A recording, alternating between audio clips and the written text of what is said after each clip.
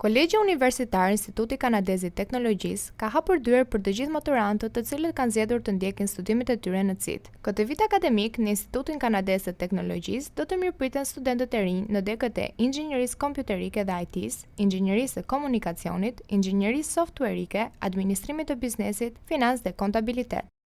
Studentët e rinj shprehen se CIT ishte zgjedhja e tyre e parë në formularin e aplikimeve, ndërkohë që universiteti ka mbështetur me bursa studentët ekselent. CIT-in kush ta sugjeroi, pse erdhe dhe zgjodhi pikërisht këtë universitet për të ndjekur studimet? Këtë universitet më ka rekomanduar dhe pasi mora edhe vetë informacionet dhe vendosa që kjo është zgjedhja e duhur. Po mesatarja jote sa është? Mesatarja është 9.97. Pra ti besoj se ke marrë bursë këtu, sa ka qenë përqindja e bursës që more? E kam fituar bursën me 50%.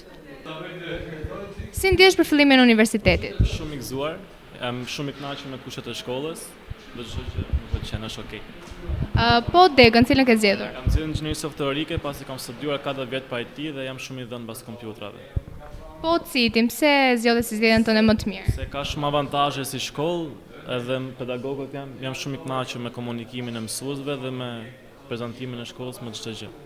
Kryesekretarja e Kolegjit Universitar CIT, Kostanca Kasapi, shprehet se aktualisht në programe të caktuara janë të rezervuara më shumë se 40% e kuotave të pranimit, dhe se numri i kuotave të lira për raundet e tjera do të jetë i ulët. Sot, sipas manualit të regjistrimeve, jemi në ditën e dytë të procesit të regjistrimit, i cili do të zgjasë nga data 2 shtator deri në 15 shtator.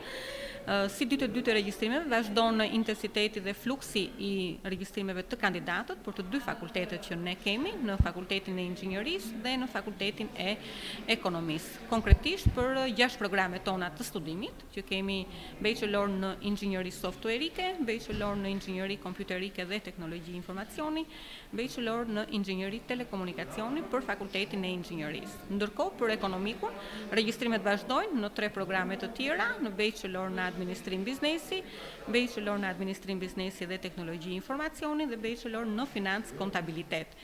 Si çdo ditë, regjistrimet janë të hapura nga ora 8 të mëngjesit deri në orën 16:30. Po duke krahasuar me kërkesat që ka patur vitin e kaluar, a mendoni se këtë vit ka më shumë kërkesa për CIT?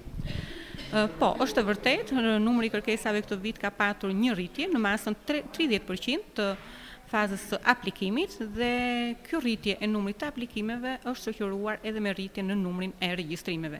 Tashmë jemi në ditën e dytë të regjistrimit, siç po thoja, kanë mbetur dhe 13 ditë të tjera dhe aktualisht në programe të caktuara janë të rezervuara më shumë se 40% e kuotave të pranimit. Pra, është një ecori shumë e mirë. E mbështetur kjo sigurisht në cilësinë që ofron programet tona. Po regjistrime për raundet e dyta dhe të treta, pritet të kenë? Duke parë ecurin e regjistrimit në disa raunde, sigurisht e shikojmë që do të ketë kuota të lira pranimi edhe për raundin e dytë dhe për raundin e tretë, por do të jenë në numër shumë të ulët. Për këtë arsye, ne ftojmë të gjithë maturantët që kanë aplikuar dhe kanë zgjedhur programet tona të studimit, të cilët janë shpallur fitues. Ajo është lehtë e identifikueshme, çdo maturant që ka aplikuar programet e CIT-it dhe nëse legjenda e ngjyrave e kanë në ngjyrë jeshile, do të thotë që ai është fitues dhe mund të vijë të bëjë regjistrimin në këtë raund të parë, pra për të rezervuar vendin e tij si student në programet që ne ofrojmë. Parashikimet janë që regjistrimet për kuota të lira në raundin e dytë të jenë në nivele të ulta, pasi besojmë fort që pjesa më e madhe e regjistrimeve do të ezaurohet në raundin e parë deri më datën 15 shtator. Faza e parë, 48 orëshe, ka pritur një numër të konsiderueshëm të kandidatëve. Të tjerë priten në fazat në vijim.